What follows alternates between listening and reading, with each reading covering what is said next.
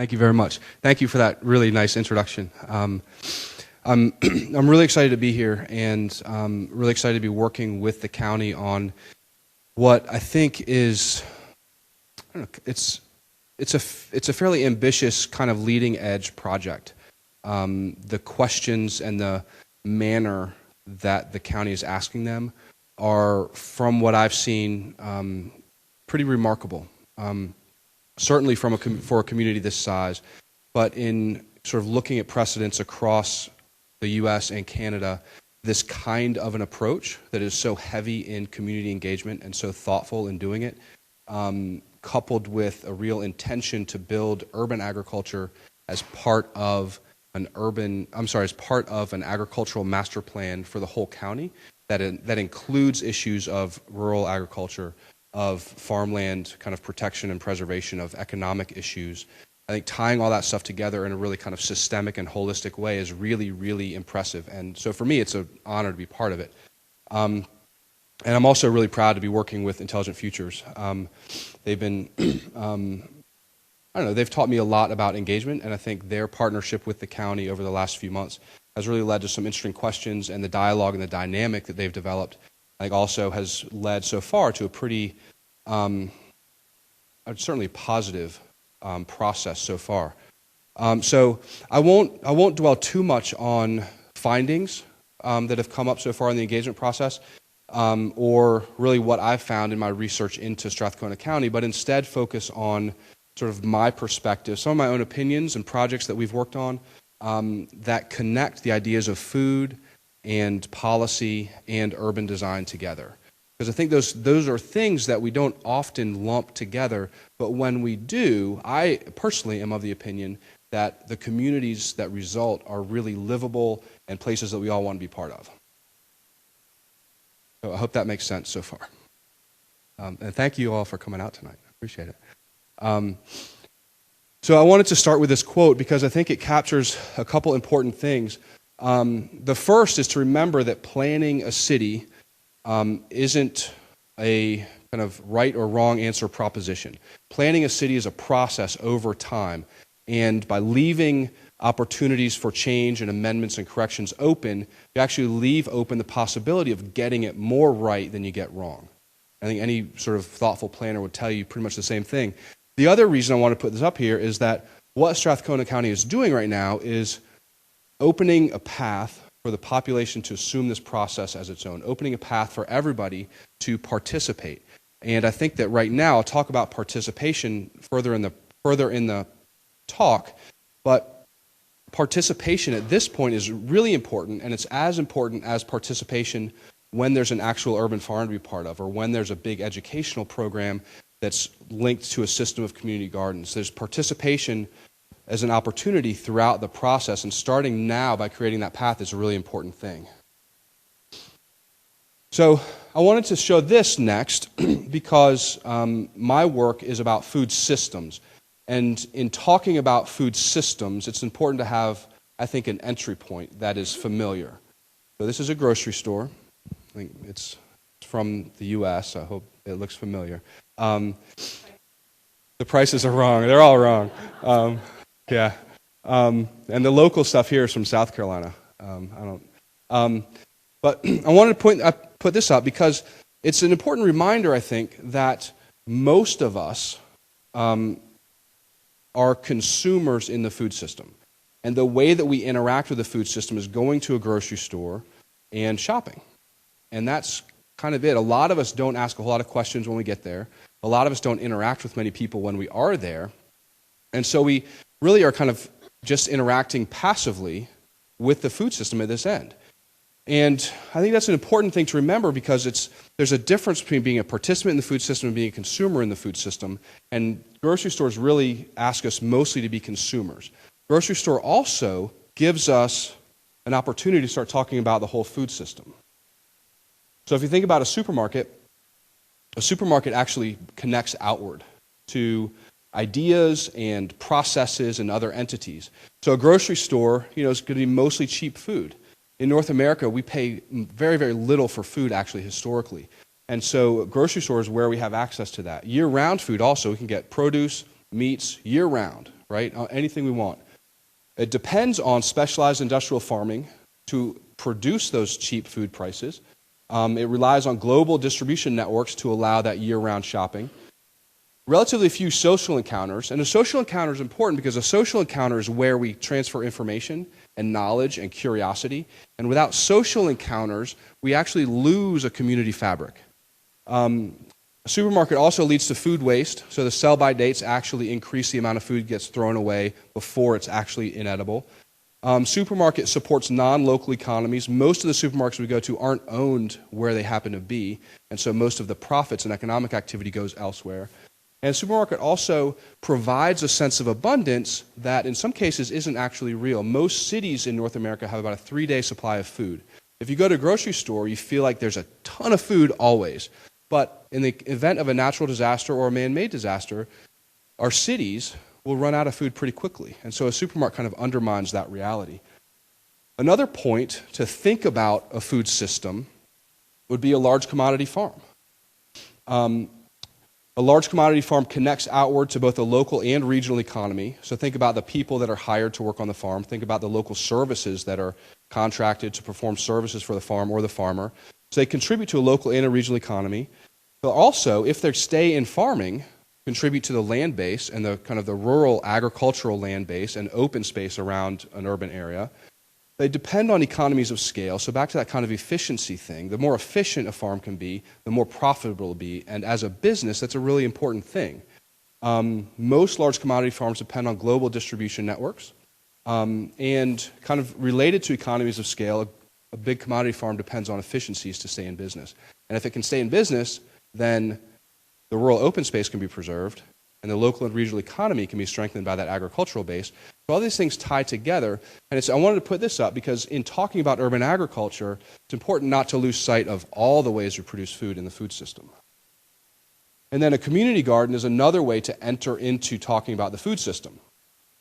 A community garden kind of supports local distribution networks, small-scale food, public health, either through physical exercise but also eating fresh, nutritious food, builds a sense of place and a sense of ownership among its members, social connection, so transferring information, curiosity, energy, building that important social fabric, and then food awareness also. So again, back to the grocery store, a lot of us go to a grocery store without understanding where food comes from or the effect that certain products will have on our body. Gardening, farming, spending time with food, especially for children, rebuilds a food literacy so that we can, over the course of our lives, make better decisions about the food that we eat. So if you start putting those pieces together, you would find a large commodity farm somewhere over here, a community garden maybe somewhere over here, somewhere over here in kind of the distribution, kind of consumption area, you'd find a supermarket. Now, because we're talking about urban agriculture and local food, these are other examples of things that then would build a local or urban food system. So these are mostly small scale, sometimes thought of like alternative, right? So a farmer's market is an alternative to a supermarket. A cooperative grocery is an alternative to a supermarket. So these are all things that happen more at a small scale. And again, they're part of this system that works together. And all of the parts of this system can bring social and economic and environmental benefits in different amounts. Right? So a community garden could bring environmental and social and environmental benefits. A farmer's market will bring mostly economic and social benefits, some sort of environmental. But any one of these projects will bring that kind of a balance. And so if you can build a system that looks like this, then you start to build a community that includes the things that we're after. And I wanted to show this to kind of compare in a different way the difference between kind of a mainstream food system and a more localized or urbanized food system. And the main thing you'll notice is in the size of the pieces, right? And again, it's not to say that the big pieces are bad, it's just that they're different. And if we rely only on the big pieces, we miss out on all the little pieces. And if you have smaller farms, if you have community gardens, if you have smaller markets, smaller distribution companies, companies that pick up food waste and compost it, if those are small, then the relationships they have will go up. And what you'll get is a movement of people from the consumer block of an industrialized food system, and you'll move them into participating in building all these small-scale things. And that's a really important difference, because when you move from a consumer in a food system to a participant in a food system, you're making active decisions about the future of it. And that's a really, really important thing. You're making decisions now about your own future and your own health and the future of your community. And that's a really important distinction. And for me, participation could be planting a single tomato plant. It could be looking at a food label at a grocery store. It could be starting a community garden. It could be starting a community school garden. You know, any number of things. It could be starting a company that picks up food scraps and turns them into biofuel, right? I mean, there's a lot of ways you can participate. When you go from consumer to participant, you become an actor in the system. And when you do that, the food system becomes more resilient and adaptable. If all we do is rely on industrial scale food system, right, industrial scale farming and distribution and global sort of networks and supermarkets, then we lose redundancy and we lose resiliency. We also maybe miss out on efficiency. And let's not forget that we have 9 billion people on this planet to feed.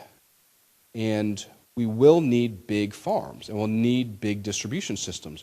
But we also need the small stuff that goes with it, because we need that resilience and adaptability built in too. And we need to know how this stuff works, so we can't lose sight of that.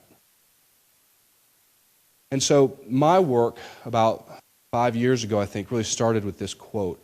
I was studying architecture at NC State University, and I was starting to get more interested in food systems as a topic.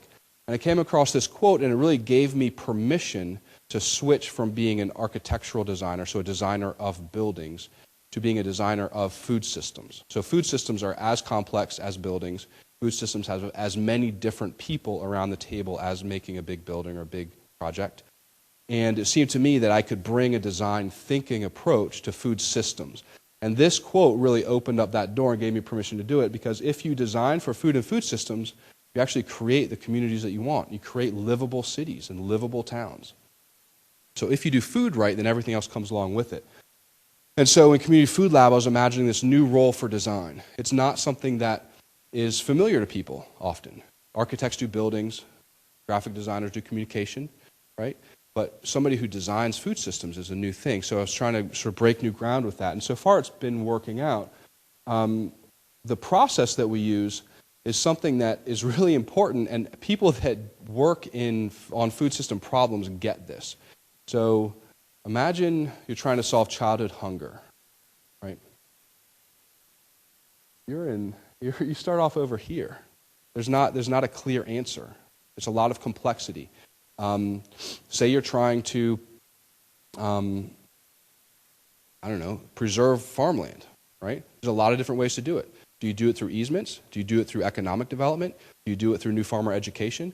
How do you start? How do you balance those things together? When you're faced with some of these complex food system problems, you start at this point. It's the same as an architect meeting a client for the first time, and the client says, I want a house. Well, there's a lot of ways that could go. There's sort of an infinite number of houses that could result. And the architect, as a designer, is trained to say, well, how big's your family? How much money do you have? What kind of things do you like to do? What are your daily patterns? And then they build a little prototype, right? So that's up here, a concept prototype. And then you ask the client to say, which one of these three do you like? And let's start narrowing it down in that direction. And a designer can work in food systems the same way. You start by doing some research, asking some questions, like what matters to you around urban agriculture? And then you maybe do some prototyping and sort of test some things out. And then finally you get to kind of some clarity of solution. And that's a process that we use in all of our projects. And so our area of work is design thinking, certainly, food systems, absolutely, and then we're also set up as a social enterprise. So we're built as an LLC, so we're a for-profit company, but probably about a quarter of what we do, we haven't found a way to get paid for yet. It's important from a community standpoint, and so we just do it because, A, nobody else is doing it, and it's fun, and we're learning as we go. So we're becoming better at what we do when we take on projects that nobody else really has imagined yet, and nobody else knows that they're a client for yet. So we're a social enterprise, and so our area of work is at that overlap. And the scale of project that we do goes from very small to pretty large. So, this is a farm for a school system in Durham, North Carolina. So really thinking about how the experience of farming can support school curricula. This is a community learning garden in Raleigh, North Carolina. It's maybe a quarter acre. And we've been helping with the design process and also working with the urban farmer to develop the pieces that go into it. We imagine scenarios, so this is an urban scene. And we imagine how edible landscaping could start to occupy city settings in all kinds of different ways. And we've included, can't really see this very well, but we've included these little icons. So with an aromatherapy pocket garden, that may not really seem like food, but it supports pollinators. It supports water recapture and some environmental benefits. And it also brings people together. And so those are important food system benefits. Rooftop beehive, certainly pollinators, but also some economic activity. So we imagine how food systems could look. We look at the city scale. So this is a project for a food hub in Durham and thinking about the food system projects around where the food hub would go. This is a county level study in North Carolina looking at healthy corner stores. So how could a typical convenience store or mini mart actually be part of food access solutions? So could healthy food be part of a mini mart so that people not within close access to a grocery store would have access to things like fresh vegetables or milk or some meats? And so this mapping was looking both at food deserts where people have low income and low access to grocery stores, and looking at population density and looking at where existing convenience stores were to try to target places to start. And then this is a project that we're building a strategy for around farmland preservation in North Carolina. And in the dark blue are farm parcels. So this is Raleigh, North Carolina, in the middle of Wake County. Durham is here. Chapel Hill is over here. And then Chatham County and Johnston County are both relatively rural.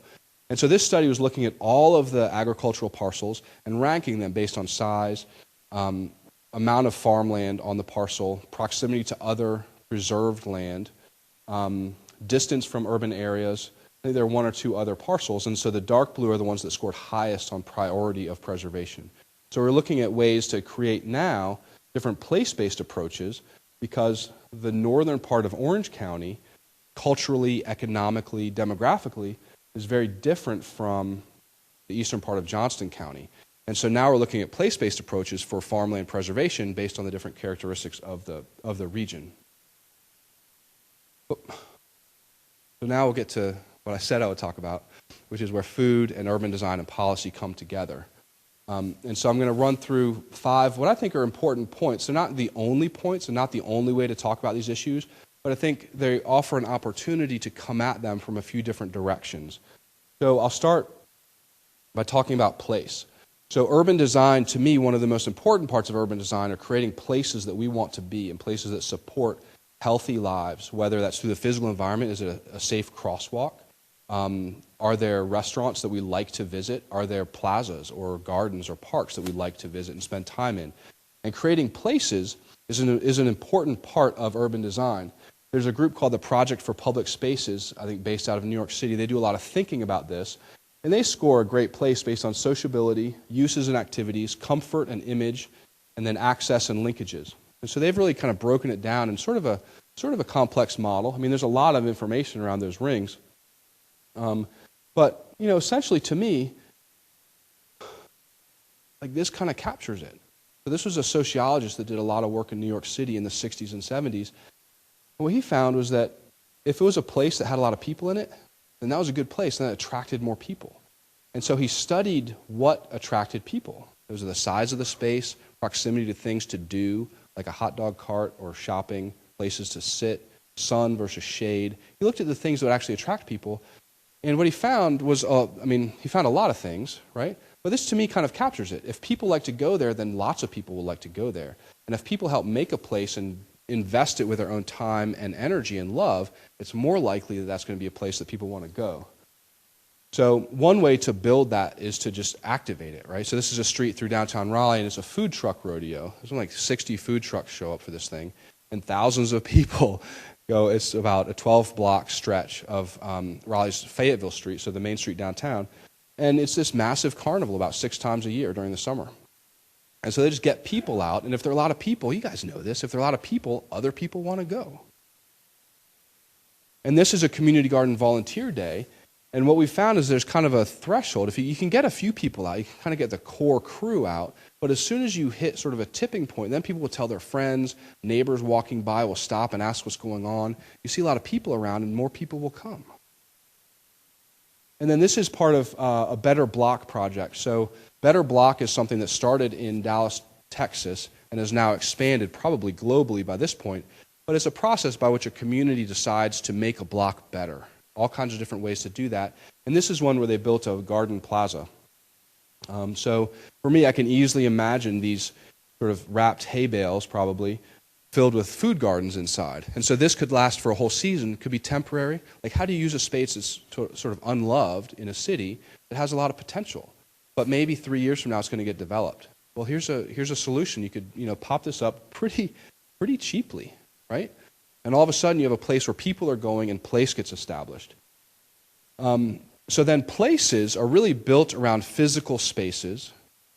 And for me, one of the great things about food is that it supports relationships. And if you can create physical spaces in a city where people go and are around food, then relationships will happen. People will make new friends, learn new things, and community will get built as a result. And that's, I think, one of the maybe most important things about urban food and local food is that it gives us the opportunity to meet one another, learn about each other, and build the fabric for a healthy community, because the social capital is what's going to get us through the hard times when they inevitably come, whatever they might be, whether it's personal or at the community level. If we know our neighbors better, we're going to get through it. There are a lot of examples that were documented in Superstorm Sandy on sort of the northeastern U.S. Small towns where people didn't know each other very well took much, much longer to rebound. And small towns where people knew each other well were kind of back up and running in a matter of weeks, maybe days. And so that social capital is like measurably important. And food lets you do that. This is one example, again, kind of imagining what things look like, an example that we put together of a single street intersection with food being grown, a little greenhouse on a corner, a food store, foods being grown on a sort of an ad hoc farm stand out front, bees being kept on a roof, I think, walking signs with mileage, so how far is it to the next garden intersection? And then thinking about, really this one is maybe my favorite, is the sharing enthusiasm, right? So it's just imagine, like somebody's walking by and like they've never seen that before. Maybe they don't ask a question the first day, but after a couple of weeks of seeing something that they think is crazy, they'll stop and they'll say, hey, what are you guys doing? What is going on here? And that moment, that to me is the move from kind of consumer or sort of non-participant. That's the shift to participant. It's when you ask a question. And by putting something in the public space, then you build that initial step towards a relationship. Then we've also imagined what a hypothetical community garden looks like. It's a little bit washed out, but we've also found data to kind of show what happens. And there's a lot of amount of food you can grow in a community garden and the economic and financial savings for people that participate and the health benefits. But from a social and relationship standpoint, there's studies that show these things, that a community garden fosters neighborhood connections. Simply gardening leads to new friendships. When you say to your kid, go out and make some new friends, go out and garden, right? And then community gardens are actually an effective way for local government to engage citizens. So that would lead me to think that a local government interested in community engagement and civic engagement would put some community garden programs together, right? There's studies that show that. And then so community gardens are one example of spaces that build relationships in communities, but markets also do a really good job of doing that too. I met just out here, I was in the market for maybe 15 minutes, probably had 5 really cool conversations. One with a woman who's a half an hour east of here. She's growing lamb and eggs. It had been a hay farm, but she grew up in the city, and when she moved there with her husband, she was bored with hay, and so she had to get chickens, and now they sell eggs year-round. Lamb, they do, I think, what'd she say, like 75 to 90 lamb a year. Lamb have twins, sheep have twins often. And so like 5-minute conversation, just asking some questions. Markets are a great place to do that. And whether I talk to that farmer again or not, I learned something about food that I didn't before. And so markets are this place to directly get information about where our food comes from. And so this is a market in London called Borough Market. It's a really kind of famous market. A lot of prepared foods mostly, but there's some farmers there. And it's a really fun place. And back to the public sort of placemaking, this is a place where a lot of people come, which means that more people come, right? Here's a market in New Brunswick. Again, it's kind of a pop-up market on a beautiful day. It's a place where a lot of people like to go. And then also thinking about markets as a place to develop other kinds of relationships and community building. So markets as a place where youth can be engaged directly in things that aren't really about food, right? How do you speak professionally to customers? How do you give change? How do you show up on time and wear a clean shirt, right?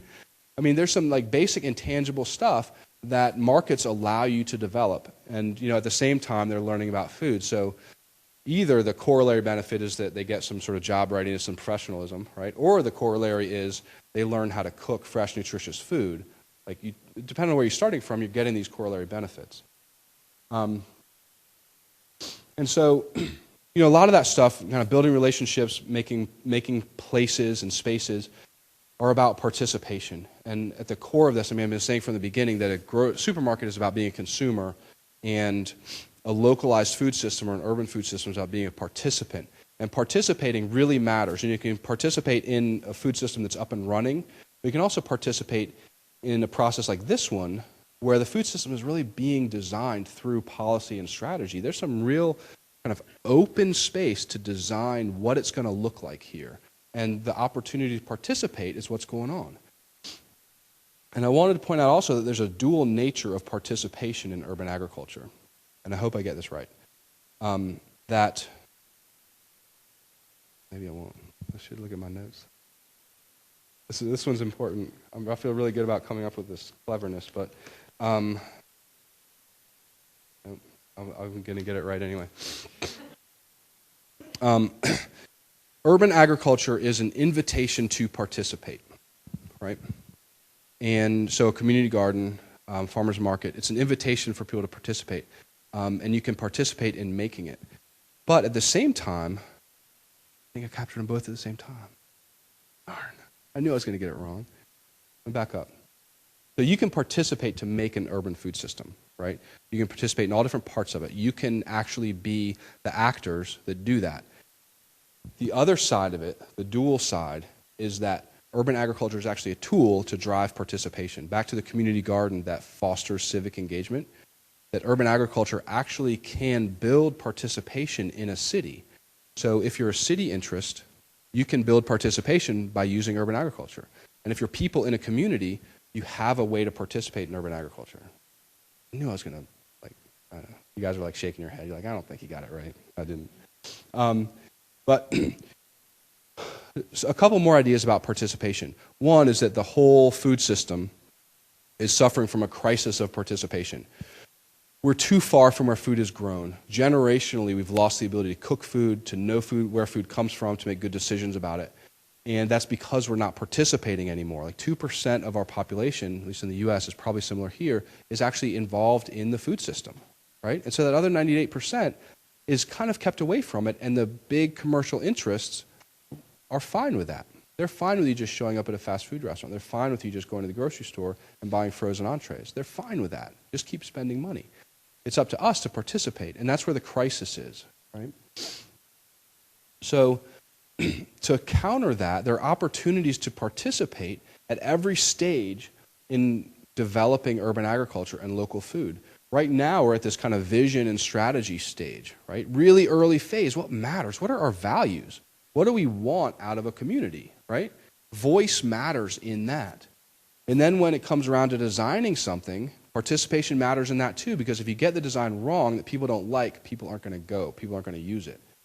Then when it's time to actually build it, you need people building it and helping implement something. And then when something is actually up and running, now you still need people to participate, right? So imagine a community garden program. Just because you build it doesn't mean you can walk away from it, right? There have to be people there that help keep it going. So these are, I've led a number of city food walks in Raleigh where we take a group of 20 to 50 people out and we talk about what's going on in the city. So it's kind of looking at the city as an ecosystem of food And one of the big questions I ask is sort of within a vacant lot, what could happen here, right? What could be here? And I ask people to imagine it and then photograph themselves with the idea in the space. And so this woman said, well, a city-owned land is perfect for a community garden, right? And so we've collected lots and lots of ideas like this of people coming up with their own idea and then photographing themselves and putting them online. Another way to build vision and strategy is to ask people sort of in groups sort of how to, so this is more of a workshop setting, in groups like, well, what would you do here? What would you do here? What do you think, would make a good solution to this? You guys have seen a lot of kind of workshops like that, I'm sure. And then other kinds of workshops, this is about generating new ideas about urban food projects. And then in the design portion of urban agriculture, this is an aerial shot of the Southlands project south of Vancouver, so just north of the Washington line, the U.S. border. And this is on a peninsula. And in this area, the local government and local population was really not keen on any kind of development. It was rural, it was agricultural, but it was really underperforming agricultural land. There were a lot of water issues and the soil wasn't great. Developer bought it, sat on it for a while, and then decided that he would give 80% of the property to agriculture and open space. And he would work with a group of citizens to figure out what to do with the rest. So he actually engaged citizens that committed, like the story is unbelievable, committed to a 15-month process of designing this community. And so this is a lot of the ag land. There's a little portion up here that's part of it, and then a lot of this. And so a different view is this one. And so the water was out here. This is all the kind of preserved ag land. They call it community-based farming. There's a lot of educational programming. I think some sort of farm incubation or farmer training that happens. It was a really great project. And that's the participatory design of a developer saying, okay, citizens, what do you want here? Commit to this project with me, and we'll make it happen. And that's a really important way that difficult projects get done. It doesn't have to happen all the time because sometimes there isn't any pushback. But when there is, participatory engagement is really important. Here's another way to participate. Somebody already said, well, we want a mural on this fence. Like, okay, here's some color and some paintbrushes. Let's go out for a morning and paint it. So you get a bunch of people participating. And then here's a project that's up and running. This is a project in New York City. It's part of some farm to school, so all kinds of learning happening. And you can see these aren't students, right? This isn't a youth event, but these are all people that are part of this sort of farm to school project, learning about canning, it looks like, in the setting of a community garden.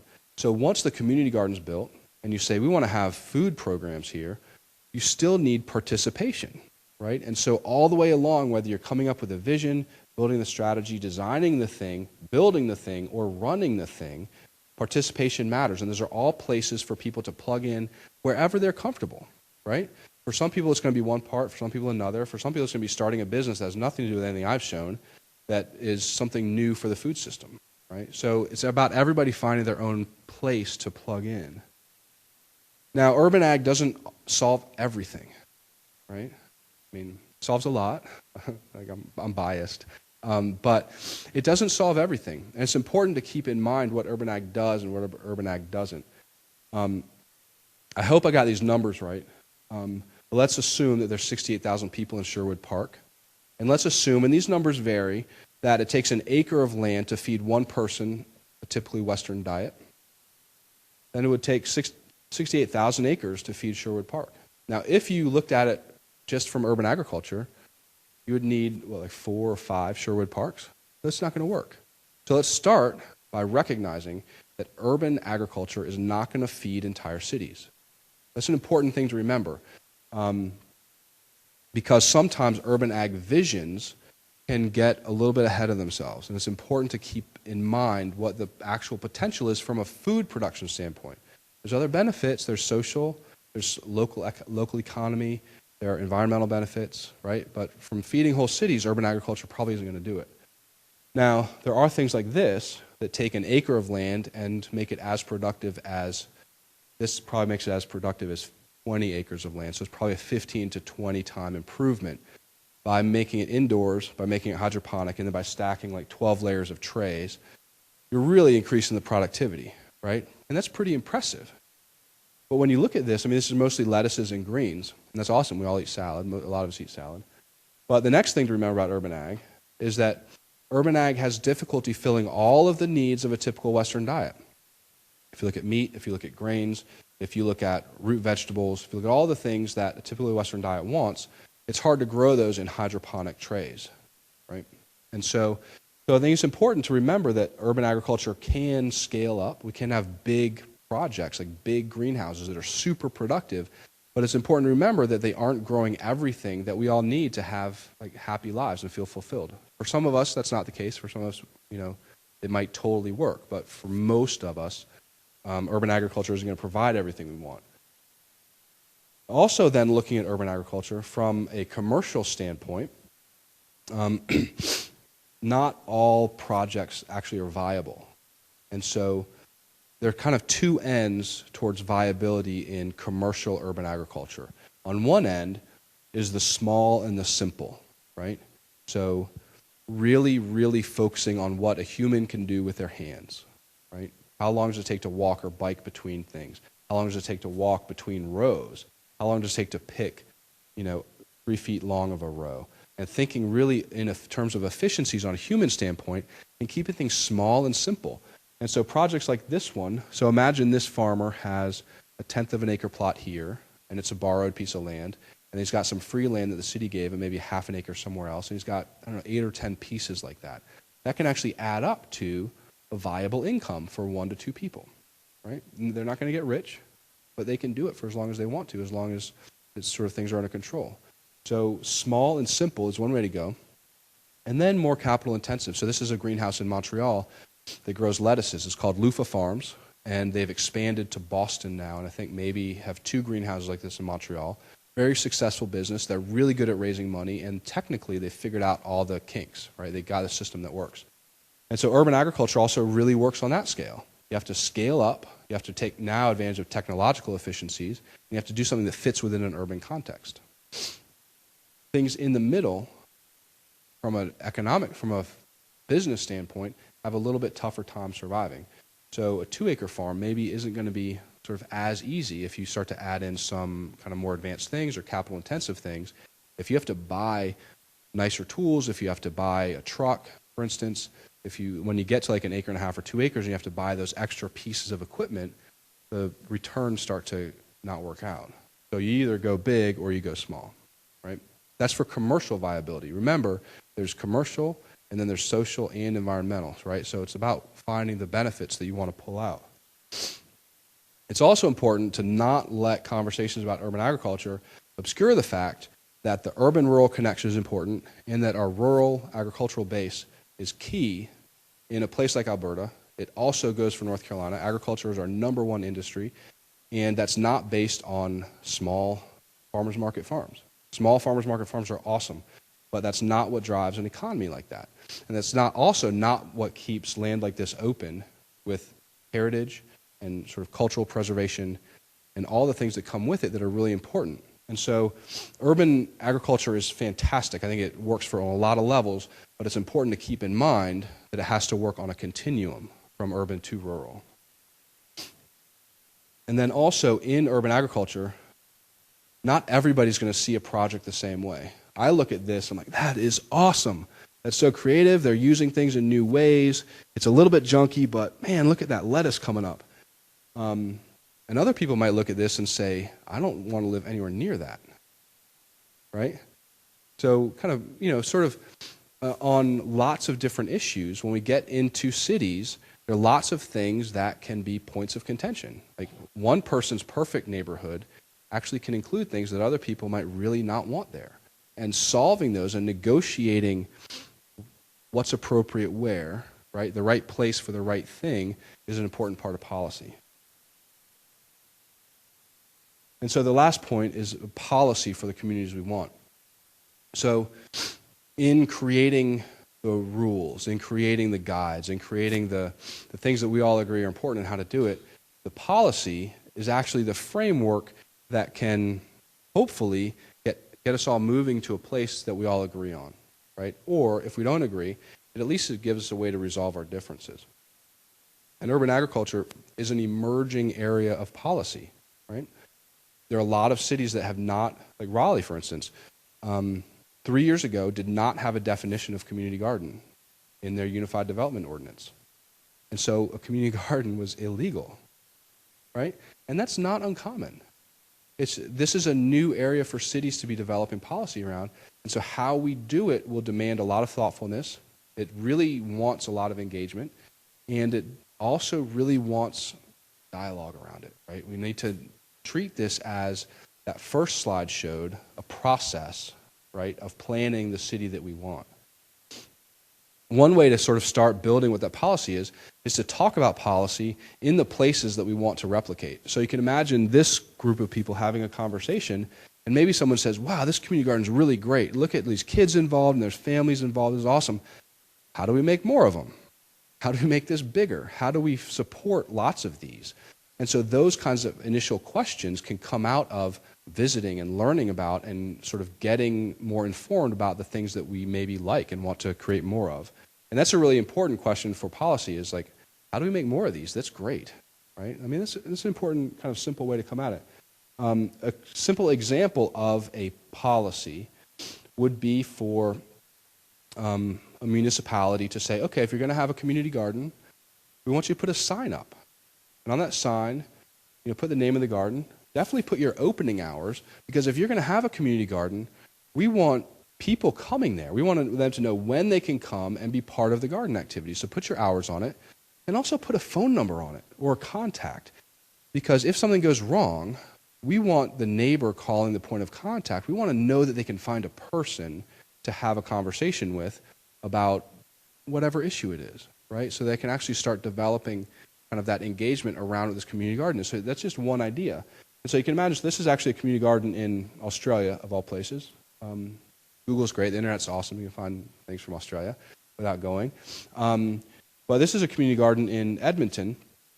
And I don't honestly know if there's a sign off the photo or not. But this is the kind of place where you can imagine a sign would be really helpful. If you're walking by here and nobody's there, and there's no signage, you may never come back. You may just kind of scratch your head and say, well, that's weird, right?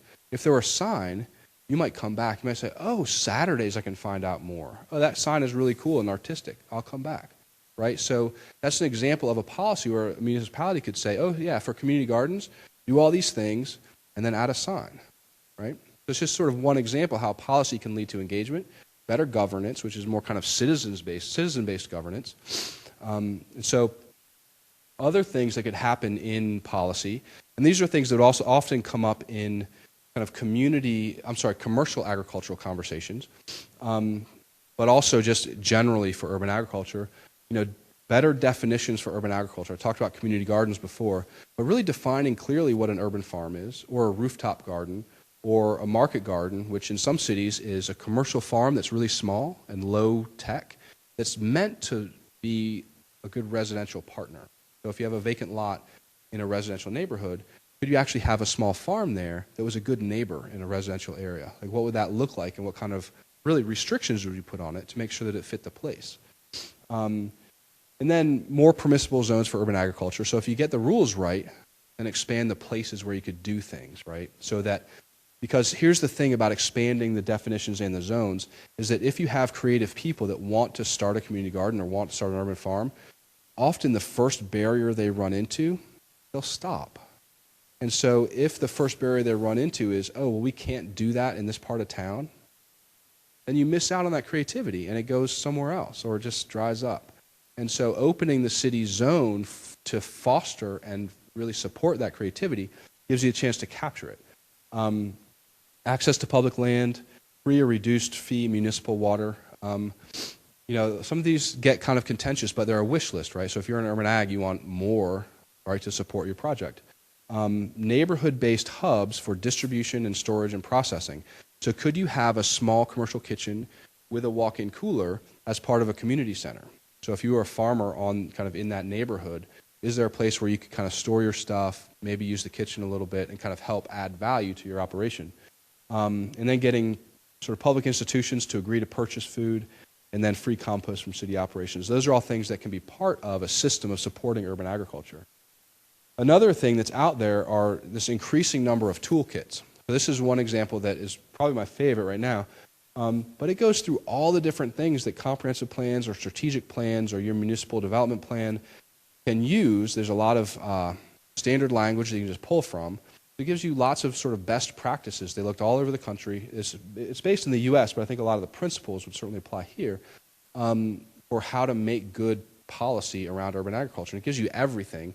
And so then you would match that with what a particular place wants, and you'd figure out kind of how to do it. So this is kind of a toolkit, and there's lots of those sort of emerging. Another thing is a food policy council. So I talked about participation in lots of different phases. Once you have a policy, or if you need to sort of sustain the development of a policy, a food policy council is a good way to sustain that policy conversation. It's a place where people in all parts of the food system can come together and talk about food system issues, solve problems, make recommendations. And in a place like Strathcona County, it may be that there's an existing board or commission that would take on some of these questions. It may be that there's questions that are outside that board's scope, so you'd want to create something new. It may be that there's a citizens group that wants to invent a new body. That's what we did in Wake County. We invented a new community-based group, non-governmental, and we've developed really strong ties with both Raleigh City and the county government in sort of starting to solve food system problems. So a food council, and they are popping up all over the place, they can be really, really useful tools for engaging people and actually getting citizen input into policymakers' hands. And then finally, continuity of policy. So Community Food Lab and Intelligent Futures are part of a process that was started before we got here, right? You guys have an awesome agriculture plan. Like your agriculture master plan is great, and urban agriculture is just one part of that. And so part of our job, and honestly part of your job, is to make sure that there's continuity of that which came before. These are really great ideas, right? Those are all important. And the work that came before is clear, and it sort of really lays out the roadmap. And it's important to keep that as part of the policy. So whether it's today, years down the road, working in another town, whatever, continuity of policy is really important as a way to maintain trust, maintain direction, maintain buy-in from everybody involved. And so that's what I've got. No big conclusion.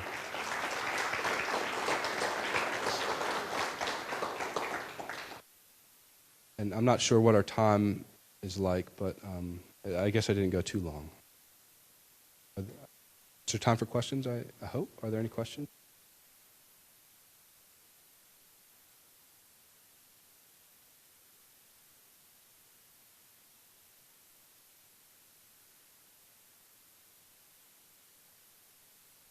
Oh.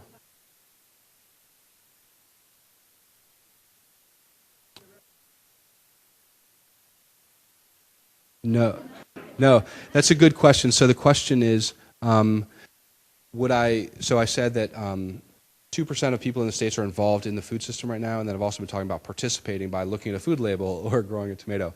And that 2% number actually refers to the people that are professionally involved, so people that define themselves mostly as farmers, but also people in the sort of distribution system or food processing. It's really kind of the industrial occupations of the food system where the vast majority of our food comes from. So good question, though, yeah. Uh-huh.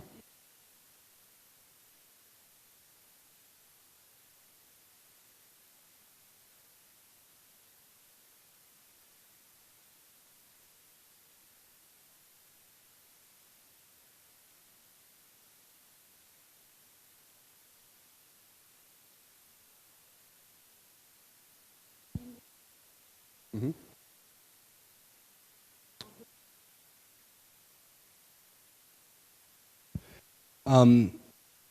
So if I hear you right, does a community garden kind of increase or accelerate the number of people that are part of kind of this local food system, growing their own food, participating in the food system? So that's a difficult number. I'm not sure. Some of the best studies of community gardens have been about the Pea Patch program in Seattle, and there's also been some great studies in Denver, Colorado, by a woman named Barbara Litt. Anyway, her last name is Litt, L-I-T-T, and she's done some really great research on community gardens. I haven't seen numbers on kind of increases in overall participation, but I mean, in a city like Seattle, they've just said we're going to have a community garden for every 2,500 people, and I believe that Vancouver, maybe Vancouver, there's another city in Canada that's actually shooting for one community garden per 1,000 people. And so, for me, it follows that if a successful program like the one in Seattle, there's a great community garden program in Toronto also, if those are successful and they get the programs right, people are coming through the door to be part of it. So I don't know the number for sure, but I think that the success of those programs and the sustained success speaks to a growth in that. Thank you.